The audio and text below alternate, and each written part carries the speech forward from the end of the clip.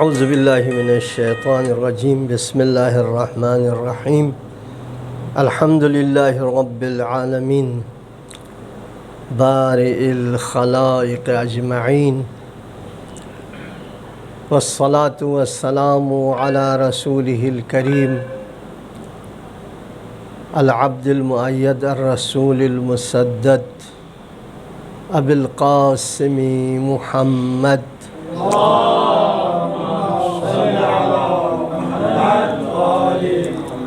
وآلہ الطیبین الطاہرین المعصومین الہداة المہدیین الذین اذہب اللہ عنہم الرجس وطہرہم تطہیرا صلی واللعنۃ الدائمۃ الابدیہ علی اعدائہم اجمعین اما بعد فمن کلام مولا الموحدین علی بن ابی طالب علیہ افضل التحیات والثناء الہی کفی بی فخرا ان اکون لک عبدا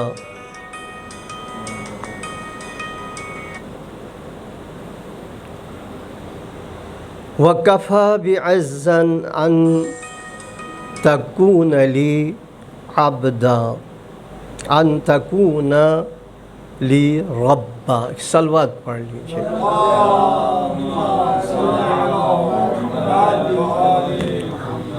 ماہ مبارک رمضان عبادت، بندگی، اطاعت کا مہینہ ہے. خود سازی، تزکیہ نفس کا. انسان اس میں یعنی اس ماہ مبارک میں جتنا اپنا نفس کا اصلاح کرے اتنا ہی اجر، ثواب اور فائدہ مند ہے. میں اصل موضوع سے ہٹ کر جو میں آپ کے خدمت میں عرض کرنا چاہ رہا ہوں، مقدمتاً ایک مطلب عرض کرتا ہوں. انسان جو ہے ایک عجیب مخلوق ہے. صلوات پڑھ لیجیے.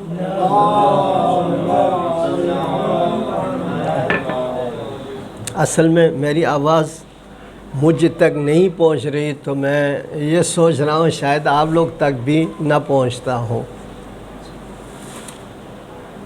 انسان، میرے سامنے بڑے بڑے علماء اور خصوصاً ڈاکٹر علی حسن شگری صاحب اور ہمارے بڑے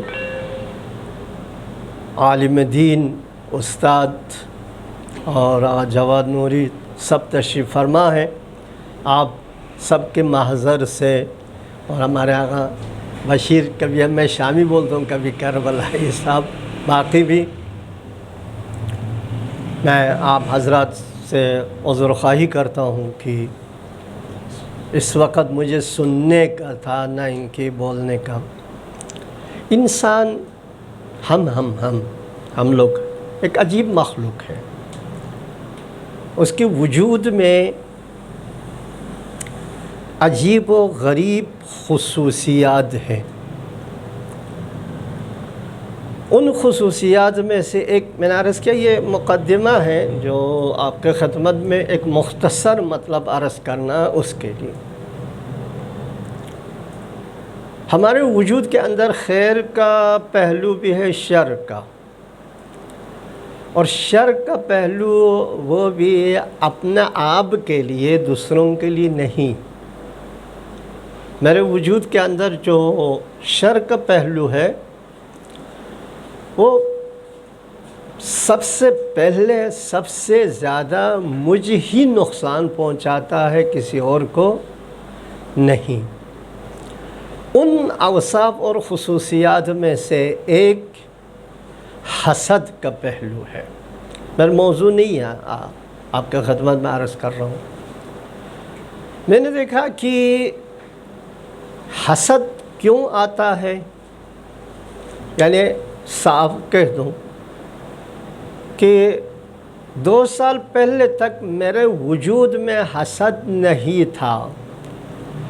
یہ رمضان کی انہی راتوں میں ایک دن نیند نہیں آئی تو میں سوچنے میں پڑ گیا اور دیکھا میرے وجود میں حسد اس وقت کود کے بھرا ہوا ہے، حد سے زیادہ ہے، بے رجا حسد، فضول۔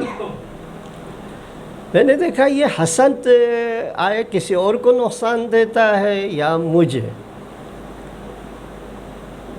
حسد صرف اور صرف مجھے نقصان دیتا ہے، کسی کو نقصان نہیں دیتے جو میرے وجود میں نے دیکھا اس حسد کے ساتھ غیبت بھی ہے،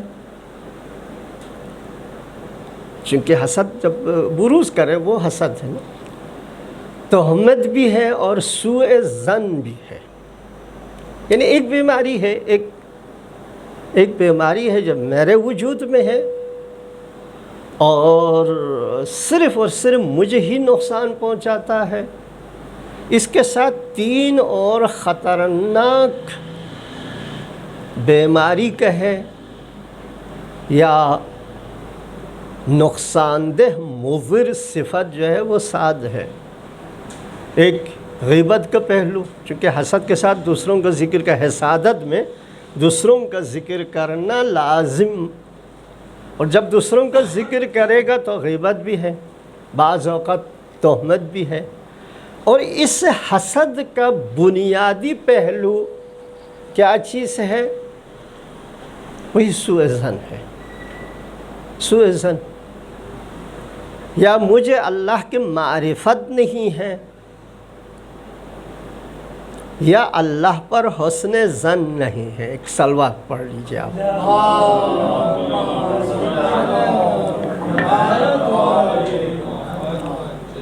یا اللہ پر حسن ظن نہیں ہے، اللہ رازق ہے، خالق ہے سب کا، اگر ان کو عزت ملا ہے تو مجھے بھی دے سکتا ہے، ان کو ترقی دیا ہے، ان کے پاس مال و دولت ہے، عزت ہے، جو بھی ہے وہ اللہ مجھے بھی دے سکتا ہے۔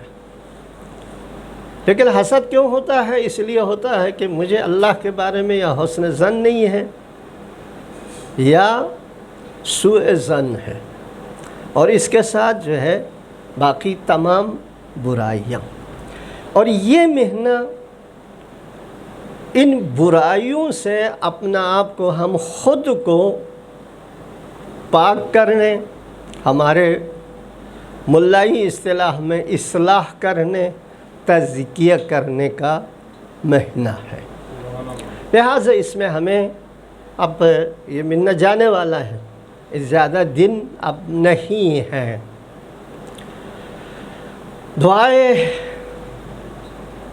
ماہ مبارک رمضان کے دعا ہے، دن کو پڑھنے کا ہے، اور میں سند کو نہیں دیکھا لیکن اس کے جو الفاظ ہے اس سے اندازہ ہوا یہ امام سجاد صلوات اللہ وسلامہ علیہ کے۔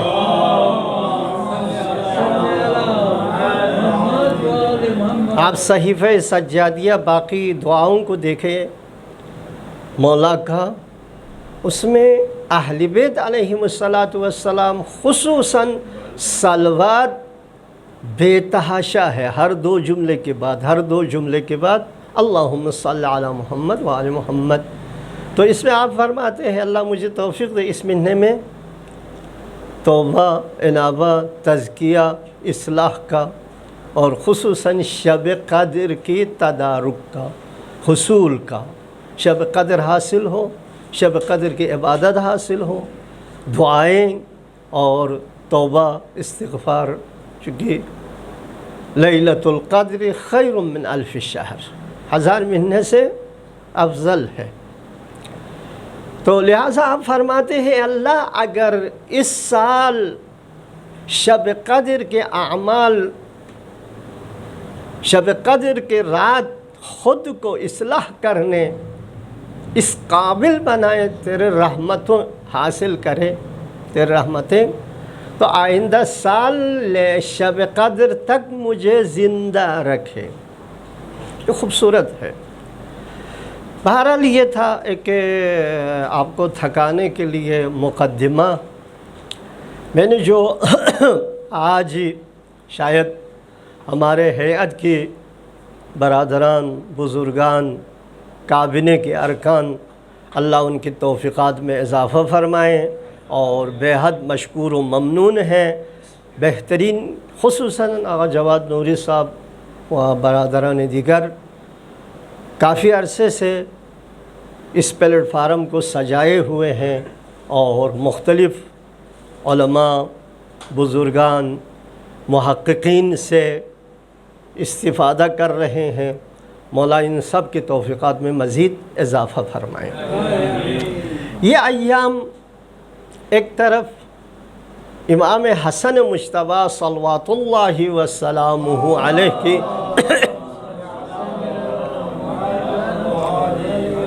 ولادت سے قریب ہے، اور دوسرے طرف یہ ایام مولائے متقیان علی بن ابی طالب علیہ الصلاۃ والسلام سے۔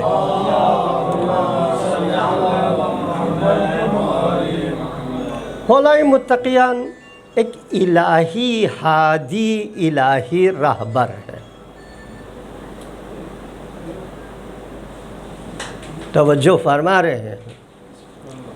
یہ نہ عام انسان ہے، نہ یہ ہمارے لیڈران اور قائدین کی طرح ہے، نہیں، مکمل ایک الہی راہبر، ہادی ہے، جس کو ہم امام اور امامت سے تعبیر کرتے ہیں۔ آپ کے وجود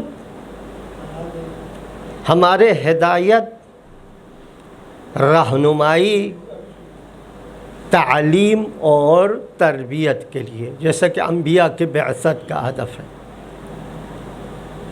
آپ کے وجود اور آپ کی خصوصیات، اوصاف، سیرت کے مختلف جنبے ہیں، ایک بہادری اور شجاعت کا، ایک رہبری اور رہنمائی کا، سخاوت کا، مختلف پہلو ہے آپ کے وجود اقدس میں۔ ان میں سے ایک اہم ترین جزء آپ کے وجود اقدس میں عبادت کا پہلو ہے۔ آپ دیکھتے ہیں کہ دن کو آپ شیر کی طرح لڑتے، جہاد کرتے، تلوار چلاتے ہیں، اور رات کو آپ اللہ کی درگاہ میں عبادت کرتے، گڑ گڑاتے ہیں، اور اللہ کی بندگی کرتے۔ مثال کے طور پر ایک دفعہ ایک صحابی مولائے متقیان کے ساتھ مدینہ کے شہر سے باہر نکلے، مولا قبرستان کی طرف تشریف لے گئے۔ قبرستان یعنی عمومی، وہاں پہنچ کر آپ گریہ و زاری، راز و نیاز شروع کیے، اور گریہ اللہ کے سامنے گریہ کرتے کرتے آپ غش کر گئے، غش کھا گئے۔ صحابی کچھ عرصہ آپ کے ساتھ رہے، آخر میں دیکھا آپ کے سانس مقدس بھی رک گیا ہے، روتا ہوا واپس آیا، ڈائریکٹ جناب سیدہ سلام اللہ علیہا کی خدمت میں کیا، اور عرض کیا، بنت رسول، میں آپ کو تسلیت پیش کرتا ہوں، سامنے تعزیت پرسہ دینا آیا ہوں۔ جناب سیدہ سلام اللہ علیہا نے فرمایا، کس چیز کی پرسہ اور تسلیت؟ عرض کیا، علی ابن ابی طالب اس دنیا سے تشریف لے گئے، اس دنیا سے تشریف لے گئے، اور ہم ہوتے تو فوراً رونا دھونا شروع کر دیتے۔ جناب سیدہ نے استفسار فرمایا، بتائیں کس حالت میں، کس حال میں؟ تو یہ بندے خدا جواب دیتے ہیں، جواب دیتا ہے کہ ہم دونوں قبرستان کی طرف گئے اور آپ پہلے راز و نیاز دعا کی، پھر رونا شروع کر دی اور گریہ کرتے کرتے روح پرواز کر گئے۔ جناب سیدہ سلام اللہ علیہا نے مسکرا کر فرمایا، لگتا ہے تم نے علی کو پہلے دفعہ دیکھ رہا ہے۔ یہ علی ابن ابی طالب کے ہر رات اور ہر وقت کا ہے، ایسا نہیں ہے کہ پہلے دفعہ ہوا ہو۔ تو مولائے متقیان کی عبادت کا پہلو بے انتہا اہم ہے کہ آپ نے اپنی زندگی اللہ کی عبادت اور بندگی میں بسر کیے۔ لہٰذا فرماتے ہیں کہ الہی کفا بفخرا، مالک میرے لیے فخر کے طور پر یہ کافی ہے، ان اکون لک عبدا، میں تیرا بندہ ہوں، نہ خواہشات نفسانی کا، نہ پیڑ کا، نہ کسی اور کا۔ ایک اور جگہ پر آپ نے فرمایا، لا تک عبد غیرک وقد جعلک اللہ حرا، کسی اور کا بندہ نہ رہے، کسی اور کی عبادت نہ کرے، اللہ نے تمہیں آزاد کیا ہے، آزاد خلق کیا۔ مرحوم شہید صدر رحمۃ اللہ علیہ اس کی وضاحت کرتے ہوئے فرماتے ہیں، یہاں پر عبد سے مراد غیر اللہ ہے، لا تک عبد غیرک، جعلک اللہ حرا سے مراد فطرت انسانی ہے۔ اللہ نے خلقتاً انسان کو فطرتاً اللہ کی بندگی، عبادت، اطاعت پر خلق کیا ہے۔ لہٰذا آپ فرماتے ہیں، الہی کفا بفخرا، میرے لیے فخر کے لیے اتنا کافی، یہی کافی، یہی کافی ہے، میں تیرا بندہ ہوں، کسی اور کا بندہ۔ وَكَفَى بِعِزًّا، اور میرے لیے عزت کے لیے، میرے عزت کے لیے، عزت کے لیے یہی کافی ہے، ان تکون للرب، تو میرا رب ہے، تو میرا رب ہے، کوئی اور نہیں ہے۔ عبادت کے پہلو مولائے متقیان کے ہمارے سامنے ہیں، ایک مثال میں نے ابھی عرض کیا، اور اسی طرح ہر رات کا ہے، ہر وقت ہے، اور اہم ترین ہے جنگ صفین میں۔ یہ واقعہ نقل کر کے میں آپ کی زحمت تمام کر دیتا ہوں۔ صحابی کہتا ہے، گمسان کی جنگ ہو رہی تھی یا لڑی جا رہی تھی، میں میدان کارزار میں، میری نگاہیں مولائے متقیان کی تلاش میں رہا، دیکھا اچانک مولا غائب ہو گئے، نظر نہیں آ رہا۔ السلام علیکم، میدان کارزار میں گمسان کی جنگ، ہمارے اپنے الفاظ میں علی موجود نہیں ہے، وہ کہتے ہیں مولائے متقیان موجود نہیں ہے، وہ کہتا ہے میں زخموں میں چلا گیا، وہاں نظر نہیں آیا، پیدا نہیں ہوا، نہیں ملا۔ شہداء یا جو لاشیں ہیں ان کے درمیان میں تلاش کیا، مولا کو نہیں پایا، حیران ہو گیا، اس وقت علی کہاں ہے؟ علی بہادر ہے، شجاع ہے، وہ یہاں لڑنا چاہیے۔ تو کہتے میں میدان سے 2 قدم باہر نکلا، میدان جنگ سے، کہیں دور کسی انسان کی ہلکی سی آواز سنائی دی، میں اس آواز کے پیچھے گیا تو کیا نظر آتا ہے، لوگ گمسان کی جنگ لڑ رہے ہیں، تلواریں چلا رہے ہیں، ہاں، اور کشتے پہ کشتے۔ مولائے متقیان نماز شب میں مصروف ہے، نماز شب میں، عبادت میں، عبادت میں، عبادت میں وہ صحابی کہتے ہیں، فرماتے ہیں کہ تھوڑی دیر بیٹھا، جب مولا کی نماز ختم ہوئی یا 1-2 رکعت مکمل ہو گیا، سلام پھرے، تو میں نے عرض کیا مولا یہ بھی کوئی لڑنے کا وقت ہے؟ یہ بھی نہیں، یہ بھی کوئی نماز شب پڑھنے کا وقت ہے؟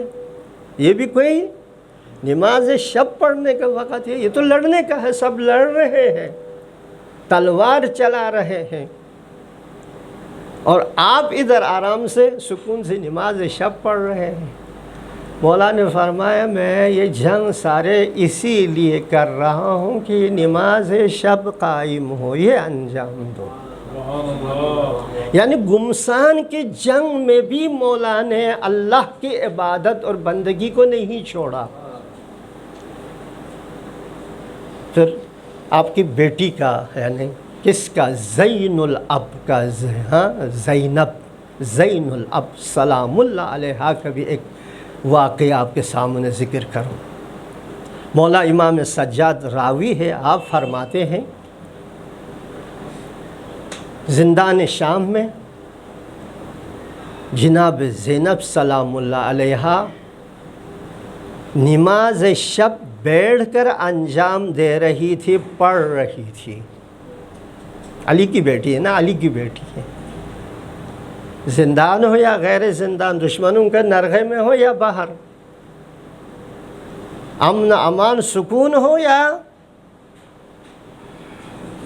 سختی پریشانی کے عالم ہو، امام سجاد سوال کرتے ہیں، پوچھتے ہیں پھوپھی اماں بیٹھ کر کیوں پڑھ رہی ہے؟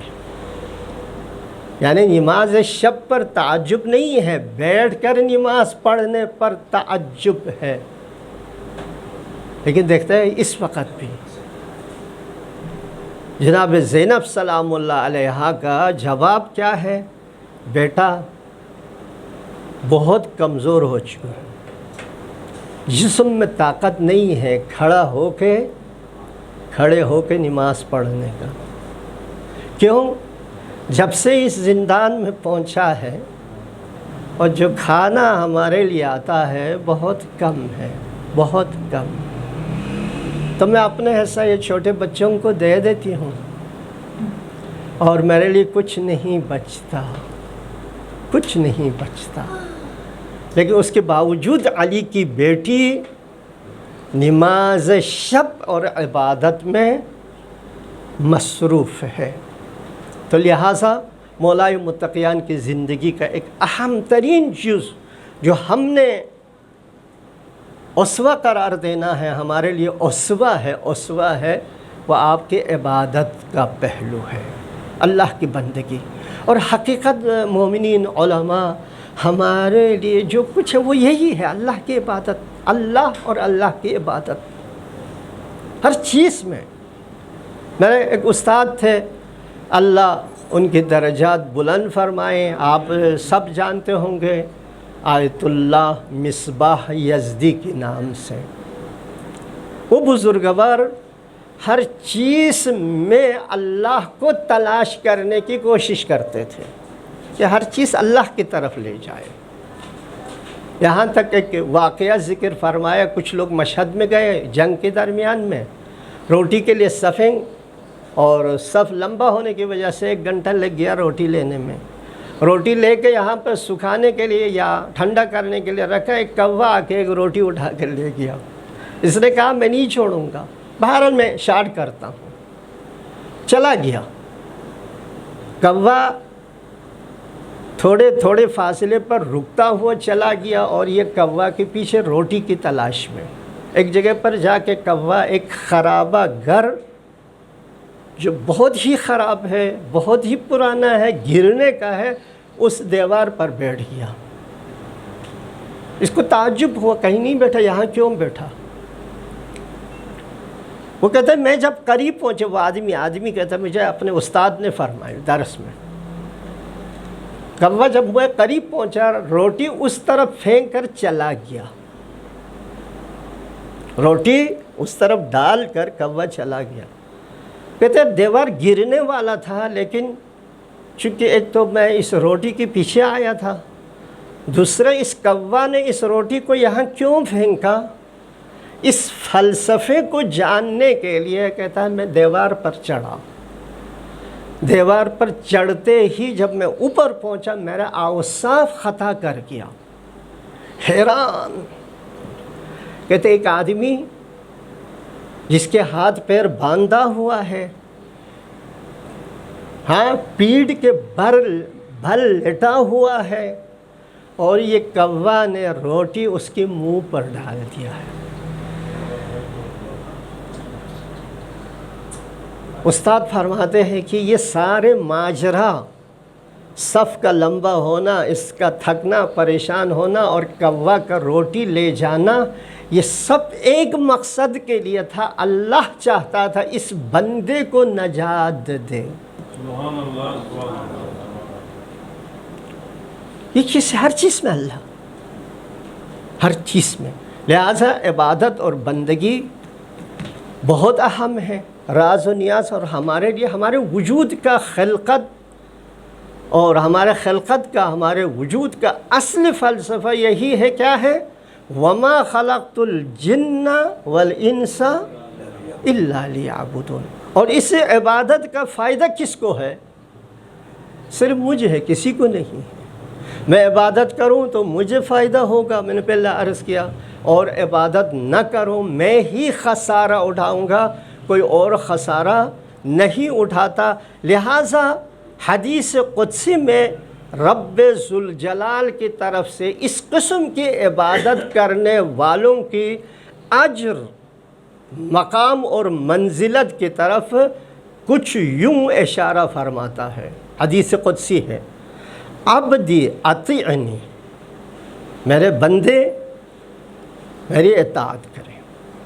میرے بندے، عبدی میرا بندہ، میرے بندے، اطیعنی میرے عبادت کر، میرے اطاعت کرو، حتی اجعلک مثلی، یا اجعلک مثلی۔ صلوات پڑھ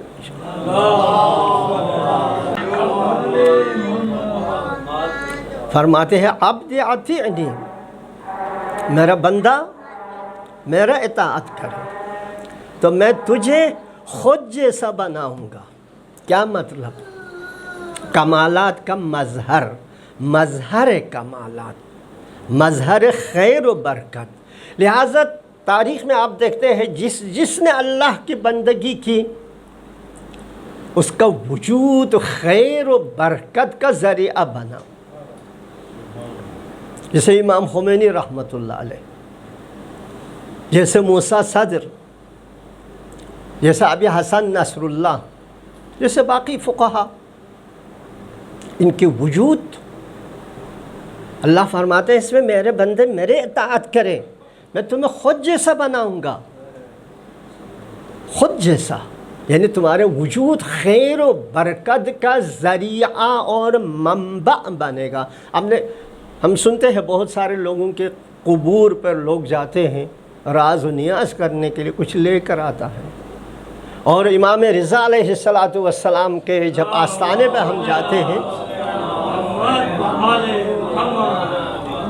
تو حقیقت میں اگر حقیقت میں چلے جائیں اور مانگیں تو اللہ سب کچھ دیتا ہے۔ ان کی طفیل، ان کو یعنی وہ عبادت کی اس مقام پر، منزل پر فائز ہے۔ اجعلک مثلی ہے، اس کے ہاتھ میں شفا ہے، لوگ شفا لے کر آتے ہیں، دنیا جاتے ہیں شفا لے کر آتے ہیں۔ ہم بھی اگر حقیقی معنوں میں اللہ کی عبادت اور بندگی کریں تو ہمارا وجود بھی خیر و برکت، سعادت کا ذریعہ بن جائے گا۔ بہرحال مولا متقیان کی وجود اقدس کی مختلف پہلو ہے۔ ایک پہلو عبادت کا تھا اور اس کی اہمیت بھی آپ کے خطبات میں عرض کیا۔ آپ کے خدمت خلق سے متعلق 2 منٹ آپ کا لوں گا، مزید نہیں لوں گا، چونکہ مقدمہ میں نے بہت لمبا آپ کے خدمت میں ذکر کیا ہے۔ مولا متقیان کی وجود انسانیت کے لیے وقف تھا، انسانیت کی خدمت کے لیے، انسانیت کی خدمت کے لیے۔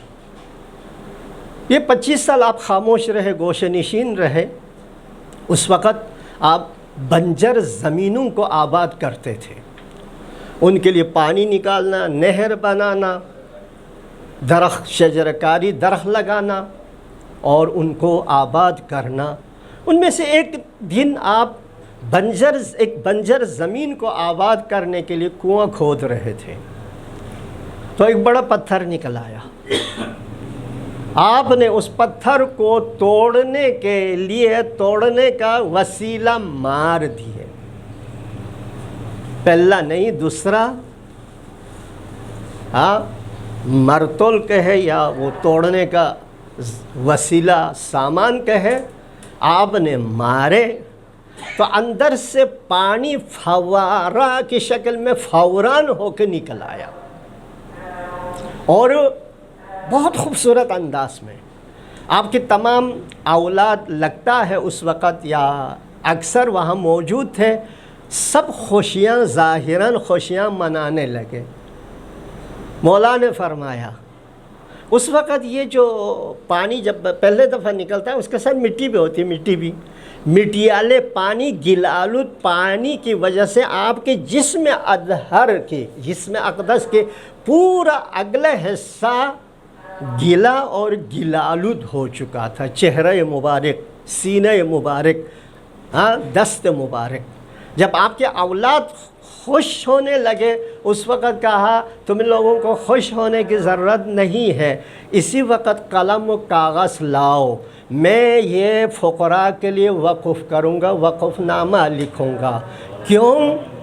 میں اسی شکل میں قیامت کے دن اللہ کے سامنے حاضر ہونے کو زیادہ پسند کرتا ہوں۔ یعنی کیا مطلب؟ ہم اس وقت جس حالت میں ہے دنیا میں، ہمارے جو بھی حرکات ہے، شکل ہے، صورت ہے، قیامت کے دن وہ سب ہمارے سامنے آ جائے گا۔ اب جو ہمارے اندر کی باہر کی جو بھی کیفیت ہے، حالات ہے، وہ سامنے آئے گا۔ اور مولا فرماتے ہیں میں گل آلود شکل میں، میرے ایک ہاتھ میں کاغذ ہوگا، دوسرے ہاتھ میں قلم ہوگا، اور میں اس پانی اور زمین کو فقراء کے لیے وقف نامہ لکھ رہا ہوگا، اسی شکل و صورت میں اللہ کے سامنے حاضر ہوگا، اللہ کے سامنے موجود ہوگا۔ اور میں بہت پسند کرتا ہوں، بہت چاہتا ہوں کہ اسی شکل میں اللہ کے سامنے حاضر ہو، ایک ہاتھ میں کاغذ، دوسرے میں قلم، اور گل آلود چہرہ، جسم کا اگلے حصہ، اور یہ میرے زحمت فقراء کے لیے وقف ہو۔ یہ ہے مولا متقیان کی زندگی کا ماحصل، انسانیت کی خدمت کے لیے، انسانیت کی خدمت کے لیے۔ بہرحال دعا ہے ہمیں رب العزت اس امام معصوم کی سیرت کو سمجھنے، ماننے، سمجھتے تو ہیں، ماننے اور عمل کرنے کی توفیق عنایت فرمائے، چونکہ آپ اسوہ ہے، یہ ہمارے لیے اسوہ، ہمارے لیے، ہم سب اپنے اولاد کے لیے جمع کرتے ہیں، جو کچھ بھی ہم کہتے ہیں اولاد کے لیے، ٹھیک ہے، اولاد کے لیے یہ ہو، اولاد کے لیے وہ ہو، ٹھیک ہے، لیکن آپ کے امام کا سیرت، آپ کے امام کی تعلیم، ہمارے لیے جو تعلیم ہے وہ یہ ہے کہ ہم اپنے لیے، اپنے آخرت کے لیے، اپنے رب کی خوشنودی کے لیے اللہ کی بندگی کریں اور اللہ کی خوشنودی کے لیے کام کریں۔ والسلام علیکم ورحمۃ اللہ وبرکاتہ۔